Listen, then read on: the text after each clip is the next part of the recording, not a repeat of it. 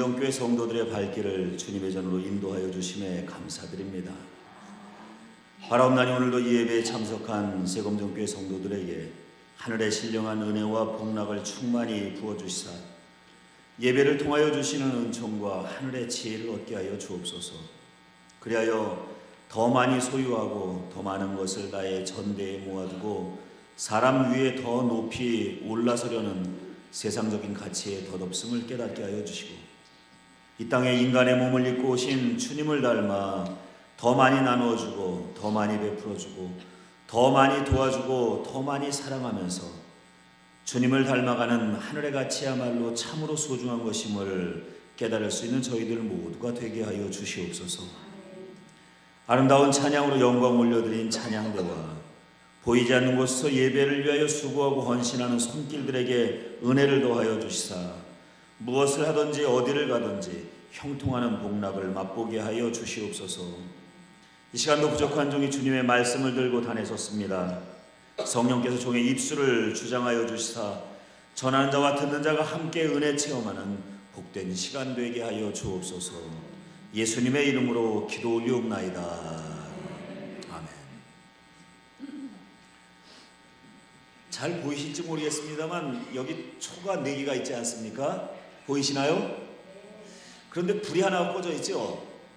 예, 위에 2개는 켜져 있고 아래쪽에 여러분들이 보시기엔 오른쪽에 있는 촛불이 켜져 있고 왼쪽에 있는 촛불은 꺼져 있는데 어떤 분이 저거 왜 안 켜졌냐고 빨리 켜야 한다고 말씀하시는 분들이 있습니다. 그런데 여러분 일부러 끈 겁니다. 왜냐하면은 사실은 12월 첫째 주부터 이렇게 촛불을 4개를 놓고 예수님 오심을 기다리면서 한 주에 초를 하나씩 켜나가서 다음 주까지 4개를 켜는 겁니다. 그런데 강단을 보수공사하는 바람에 그동안 이 장식을 초장식을 하지 못해서 오늘 이제 처음 하게 되는데 오늘이 대강절 셋째 주이다 보니까 초가 3개가 켜진 겁니다. 다음 주에는 4개가 켜지겠죠. 그러니까 하나가 지금 고장나서 꺼져 있는 것이 아니라 일부러 꺼놓은 겁니다. 양해해 주시기 바랍니다. 그 오늘 성가의 찬양 참 잘했죠? 예, 저도 찬양을 들으면서 야, 우리 세검정교회 찬양대가 이렇게 실력이 좋구나 하는 걸 다시 한번 느꼈는데 여러분은 어떻습니까? 잘했다고 박수 한번 더 쳐주시지 않겠습니까?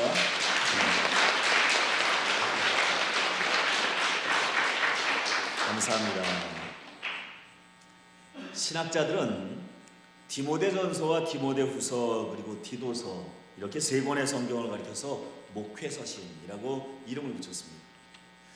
이 3권의 성경에 목회서신이라는 이름을 붙인 이유는 바울이 목회를 하면서 자신의 제자 디모데와 디도에게 목회라고 하는 것은 이런 것이다 라고 가르쳐주는 내용으로 그 내용이 구성이 되어 있습니다. 그래서 목회에 대한 가르침을 기록한 서신이다 해서 이 서신의 이름을 목회서신이라고 이름을 붙이게 된 겁니다.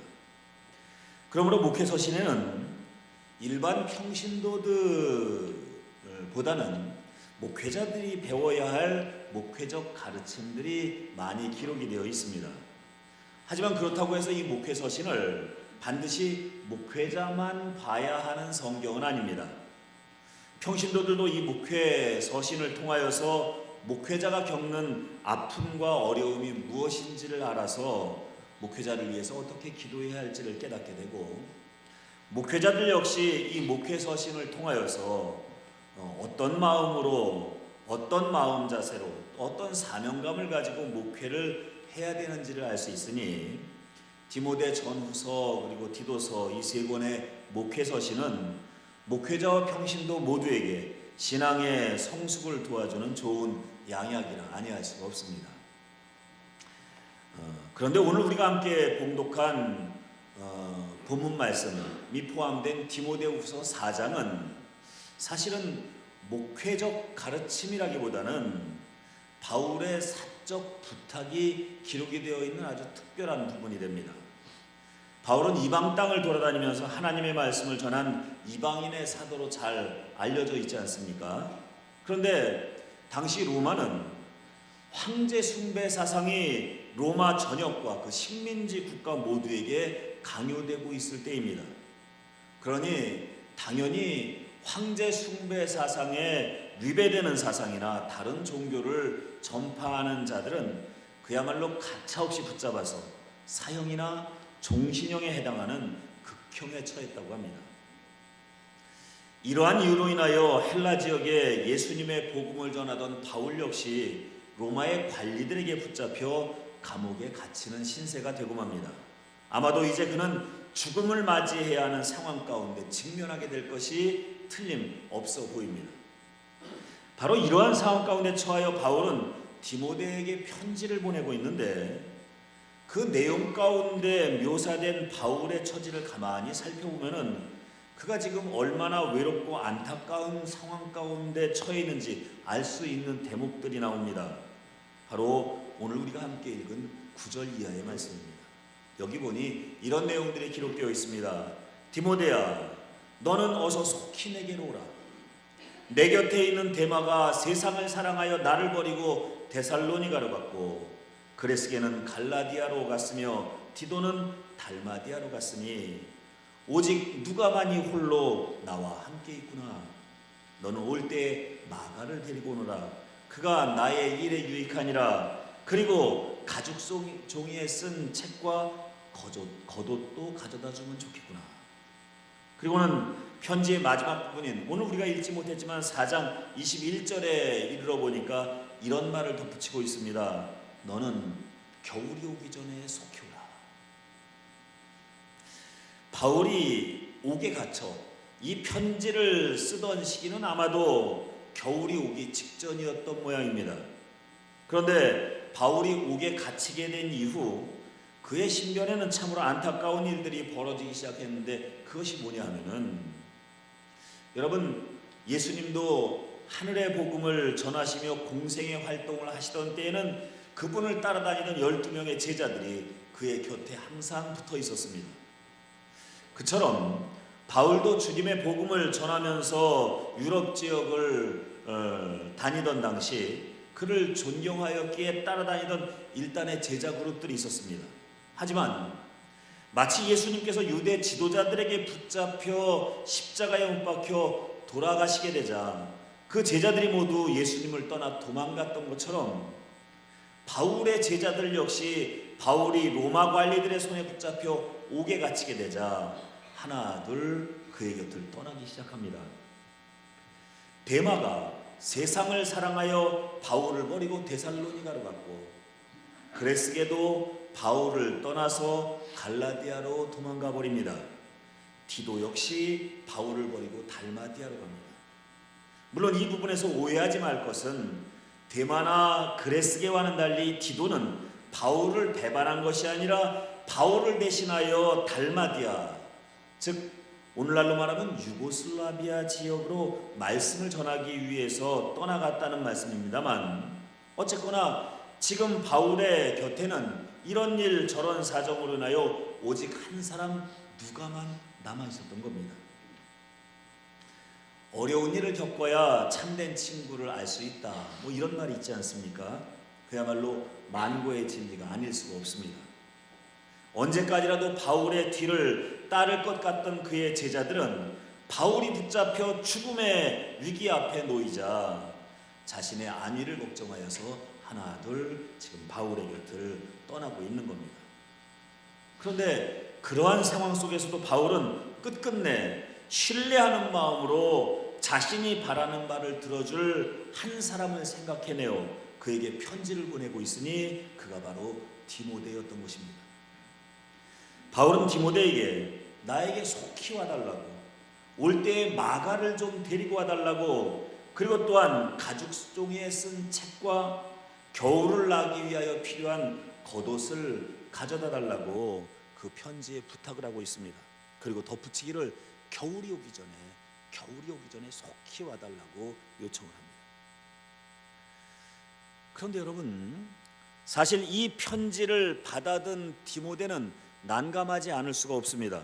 왜냐하면 만일 바울이 바라던 대로 겨울이 오기 전에 그에게 겉옷을 가져다 주게 되면 그 역시도 바울과 깊은 관계에 있는 사람이라고 하는 사실이 발각될 것이고, 또한 그도 역시 예수 믿는 사람이라고 하는 사실도 드러나게 될 것이어서, 그렇게 되면 그 역시 황제를 숭배하지 않고 예수 믿는 사람이라고 하는 사실로 인하여서 바울처럼 붙잡혀 목숨이 위태로워질 지경에 처하게 될 것이 뻔하기 때문입니다. 그 편지가 디모데에게 도착한 후 얼마 지나지 않아 바울은 로마 법정에 서서 재판을 받게 되었고 결국 사형에 언도되어 순교당하게 되고 맙니다. 편지를 받은 디모데가 바울의 요청대로 그해 겨울, 즉 바울이 순교당하기 전에 그에게 겉옷을 가져다 주었는지 그렇지 못하였는지는 지금 우리로서는 사실 알 수가 없습니다. 왜냐하면 이 편지를 받고 디모데가 그 후 어찌하였는지에 대하여 알려주는 자료는 현재 남아있지 않기 때문입니다. 여러분들 생각 어떻습니까? 과연 디모데는 이 편지를 받고 바울이 바라는 바대로 겨울이 오기 전에 그에게 겉옷을 가져다 주었겠습니까? 아니면 이러저런 사정으로 바울이 바라는 바를 들어주지 못했겠습니까?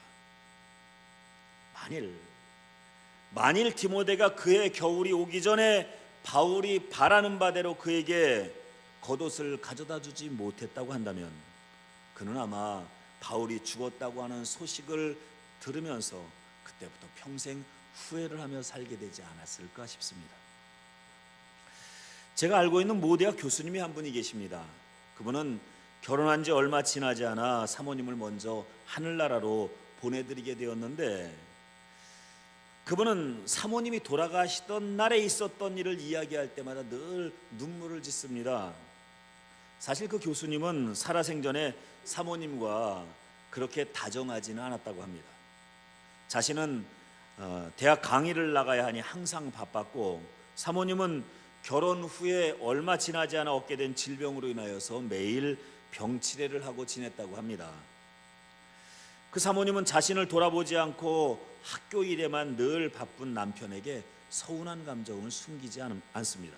그래서인지 사모님은 병상에 누워서도 서운하다는 말을 자주 했고 짜증도 많이 냈습니다. 그러다 보니 두 사람의 부부싸움은 잦아졌습니다. 그런데 어느 날 대학 강단에서 강의를 하던 이 교수님은 마음속에 갑자기 자신이 아내에게 너무 잘못하고 있구나 하는 생각이 들더라는 것입니다. 그래서 오늘은 내가 강의가 끝나면은 꽃다발을 사들고 아내가 입원해 있는 병원에 가서 그 꽃다발을 전해주면서 나 당신 사랑합니다 라는 말을 해줘야 되겠다, 그런 생각이 듭니다. 그래서 강의가 마치자마자 꽃집에 가서 꽃다발 하나를 사들고 병원으로 차를 몰아가기 시작합니다. 병원으로 가는 내내 병실에 들어가면 아내에게 어떤 말을 해야 아내가 행복할까, 그런 생각을 하면서 계속 차를 몰아갑니다. 그리고 아내가 아무리 짜증을 내도 오늘만큼은 내가 다 받아주고 안아줘야 되겠다라고 다짐하고 또 다짐합니다. 그렇게 다짐을 하며 꽃을 사들고 아내가 입원해 있는 병원으로 향해 가는데, 당신은 핸드폰이 흔하지 않았던 시절이고 삐삐라는 것이 대중화되어 있을 때였었는데, 어린 자녀들이 삐삐를 통해서 빨리빨리 병원에 빨리빨리 오라고 신호를 보내더라는 겁니다. 심상치 않다는 생각이 들어 급히 차를 몰아서 병원으로 갔는데, 그 교수님이 병실에 도착했을 때는 이미 도착 10분 전쯤 아내가 숨을 거두고 만 것입니다. 그 교수님은 그때 이야기를 하면서 자신의 아내가 10분만 더 기다려 주었다면, 그런 말을 하면서 눈물을 짓곤 합니다. 그런데 제 생각은 다릅니다. 사실은 아내가 남편을 10분 더 기다려주지 못한 것이 아니라 그 이전에 가지 못한 남편의 책임이 아닐까 하는 생각을 저는 해봅니다.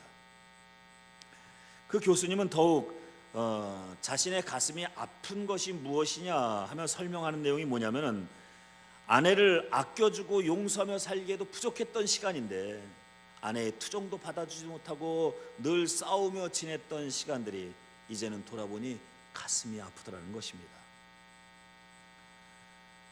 만일 디모데가 그해 겨울, 그 겨울이 오기 전에 바울에게 겉옷을 가져다 주지 못했다면 바울은 죽음을 당하게 됐을 것이고, 그렇다면 디모데 역시 후회 속에 남은 인생을 살게 되지 않았겠습니까? 제가 어느 날 차를 타고 지나가다가 어떤 현수막에 이런 글이 써 있는 걸 보게 됐습니다. 1년을 살면 365일, 10년을 살면 3650일, 100년을 살아야 36,500일. 서로 사랑만 하며 살기에도 너무 짧은 시간입니다. 뭐 이런 글이 쓰여져 있는 것을 봤습니다. 여러분, 과연 그렇습니다. 100년도 못 사는 인생인데, 사랑만 하며 살기에도 너무 짧은 시간인데, 이렇게 짧은 시간 살아가면서 누군가를 미워하고 시기하고 질투하고 헐뜯으며 살아간다면, 이는 우리에게 인생을 주신, 인생의 소중한 시간들을 주신 하나님 앞에 그야말로 시간을 허비하며 살아가는 죄를 범하는 것이 분명합니다. 사랑하는 여러분, 하나님께서 우리에게 주신 남은 생애, 남은 시간 살아가는 동안에 지금부터라도 후회 없이 하나님께서 기뻐하시는 일, 내가 사랑하는 사람들에게 기쁨을 줄 수 있는 일들 행하시면서 살아가시는 저와 여러분 모두가 되시기를 축원합니다. 얼마 전 일선에서 은퇴한 모 병원 원장이 인터넷에 올린 글에 가슴 아픈 사연이 하나 있어서 여러분들에게 그 이야기를 소개해드리고자 합니다. 그 원장님은 젊어서 의학 박사 학위를 따기 위하여 독일로 유학을 떠났다고 합니다. 그가 독일에서 박사 학위를 따기 위하여 공부하는 동안에 시골에 계신 부모님들은 열심히 농사를 지어서 유학 공부하고 있는 아들의 뒷바라지를 해줍니다. 하지만 독일과 우리나라의 환율의 차이가 크다 보니까 시골에서 부모님이 보내주는 용돈만으로는 독일에서 유학을 온전히 하기가 어려웠습니다. 그래서 그는 독일에서 공부도 하고 또 아르바이트도 해서 용돈도 벌면서 아주 심하게 고생을 하였다고 합니다. 그런데 그가 굳이 독일까지 가서 유학을 하면서 의사가 되고자 했던 이유는 바로 그의 아버지가 관절염 때문에 너무 고생하시는 모습을 보면서 그 병을 고쳐드리고야 말겠다는 결심을 하면서 인생의 목표를 정하고 그리고 독일로 유학을 떠나게 된 것이라고 합니다. 그는 그와 같은 목표를 가지고 독일에서 열심히 공부를 합니다. 그리고 드디어 학위 논문이 통과되어서 박사 학위를 받게 됩니다. 그분은 학위를 취득하기 얼마 전 고국에다 자신의 소식을 알리는 편지를 아버님께 보냅니다. 그 편지의 내용이 이런 겁니다. 아버지, 이제 제가 박사 학위를 취득하면 아버지 병을 고쳐드리겠습니다.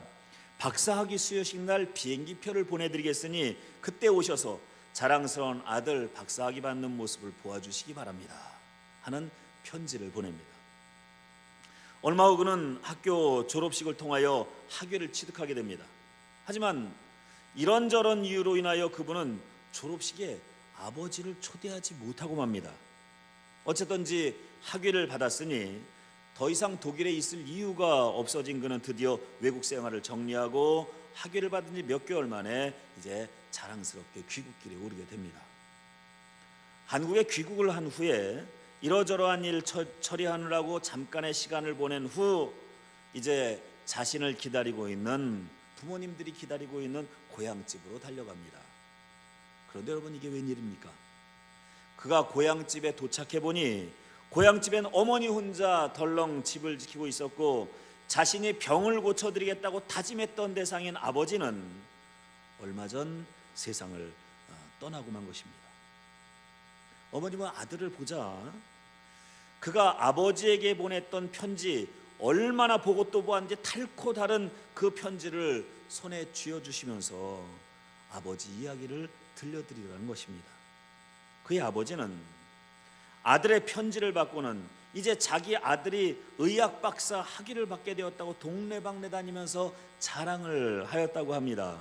매일같이 자식 자랑에 시간 가는 줄을 몰랐고, 이제 자기 아들이 학위를 받는 그날이 되면 아들이 자기에게 비행기표를 보내서 독일로 초대할 것이라고, 내가 평생 비행기 한 번을 못 탔는데 자식놈 박사학위 따는 거 보려고 독일 가게 되었다고 그렇게 으쓱이며 동네 사람들에게 자랑을 한 겁니다. 어머니의 말을 들어보니 그의 아버지는 자신의 관절염을 고치게 될 것을 기뻐한 것이 아니라 아들 자식이 박사학위 받는 그 자랑스러운 장면 보기를 더욱더 학수고대하면서 자랑스러워했다는 것입니다. 여러분, 이게 부모님의 마음 아니겠습니까? 이 말을 들은 아들은 그만 통곡을 하고 맙니다. 사실 그는 학위 수여식이 있던 그날이 되어서야 부모님께 비행기표를 보내드리기로 약속했던 자신의 말이 생각이 납니다. 하지만 이미 늦은 것 아니겠습니까? 그런데 그의 아버지는 학위 수여식이 있던 그날 당일까지 비행기표가 오기를 내내 기다리고 있었다고 합니다. 그런데 끝내 비행기표가 오지를 않자 매우 낙심을 하였고, 그날 이후 어찌된 일인지 시름시름 앓다가 며칠 전 숨을 거두게 되었다는 것입니다. 이 이야기를 회고하는 그 원장님은 이제 나이가 들어서 자신이 일선에서 은퇴를 하게 되었으니 그분 아버님 돌아가시던 때의 일도 아주 오래전 일이었겠지만, 그럼에도 불구하고 그 노 의사는 아직도 그때의 일을 잊지 못하고 여전히 가슴 아픈 기억으로 간직을 하고 있는 겁니다. 여러분, 하나님께서는 당신의 외아들 예수님을 이 땅에 보내주셔서 우리를 위하여 대신 죽게 하시고 우리를 살려주셨습니다. 그렇게 우리의 생명을 건져주신 후에 하나님께서는 우리로 하여금 주님의 전에 나와 당신께 감사의 제사를 드리기를 우리에게 원하고 계십니다. 또한 우리들이 교회에 모여서 서로 사랑하고 섬기면서 신앙생활 하기를 원하고 계십니다.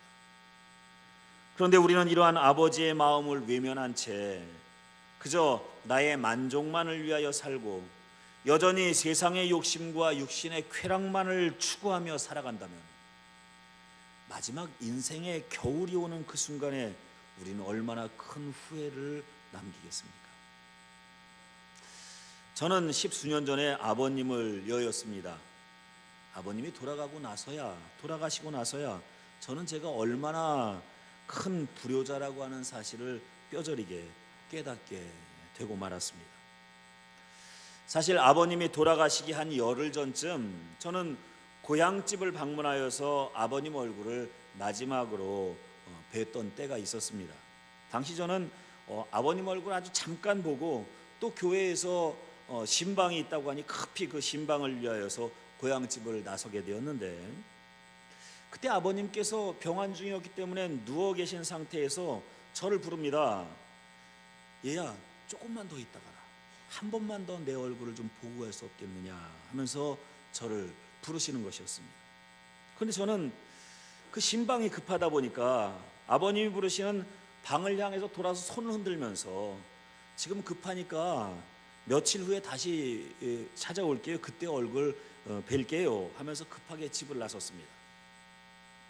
그런데 여러분, 그때 뵌 아버님의 얼굴이, 그때 들은 아버님의 목소리가 마지막 목소리가 될 줄은 누가 알았겠습니까? 여러분들은 혹시 지금 평생 후회로 남을 일을 만들고 있지는 않습니까? 한번 여러분들의 삶과 여러분들의 주변을 돌아보시기 바랍니다. 그리고 또한 여러분들의 신앙의 모습도 돌아보시기 바랍니다. 하나님 앞에 가서 서게 되는 그 순간에 그제서야 후회하게 될 일들 내가 지금 만들고 있지는 않은지 더 늦기 전에 돌아볼 수 있는 여러분들이 되시기를 바랍니다. 그때 조금 더 부모님께 효도할 것을, 그때 조금 더 내 아내에게, 그때 조금 더 내 남편에게 더 다정한 말을 해줄 것을, 그때 조금 더 하나님 앞에 더 충성하고 헌신할 것을. 세월이 지난 어느 날 뒤돌아보며 후회하지 마시고, 돌아보아 후회하기보다는 뿌듯하고 미소 지을 일들 더 많이 만들면서 그렇게 하루하루 살아가시는 저와 여러분들이 되시기를 축원합니다. 시간은 지금도 쉬지 않고 지나가고 있습니다. 2018년도 시작했나 싶었는데 벌써 12월이 되었고, 그 12월도 쏜살같이 지나가 연말이 되고 말았습니다. 우리의 인생도 어느 날 문득 이렇게 마지막 겨울날을 맞게 될지도 모릅니다. 그러므로 여러분, 그날이 되었을 때 바로 오늘 지금을 돌아보면서 그때 왜 그렇게 하지 못하였는지 후회할 만한 일들 만들지 마시고 겨울이 오기 전에 시간이 더 지나가 버리기 전에 주님께서 기뻐하실 일들, 내 부모님께서 행복해 하실 일, 내가 사랑하는 내 남편, 내 아내가 더 좋아할 만한 일들, 그렇게 기쁨으로 웃으며 행복한 일들 많이 만들면서 복된 하루하루를 살아가시는 저와 여러분 모두가 되시기를 주님의 이름으로 간절히 축원합니다. 기도하시겠습니다.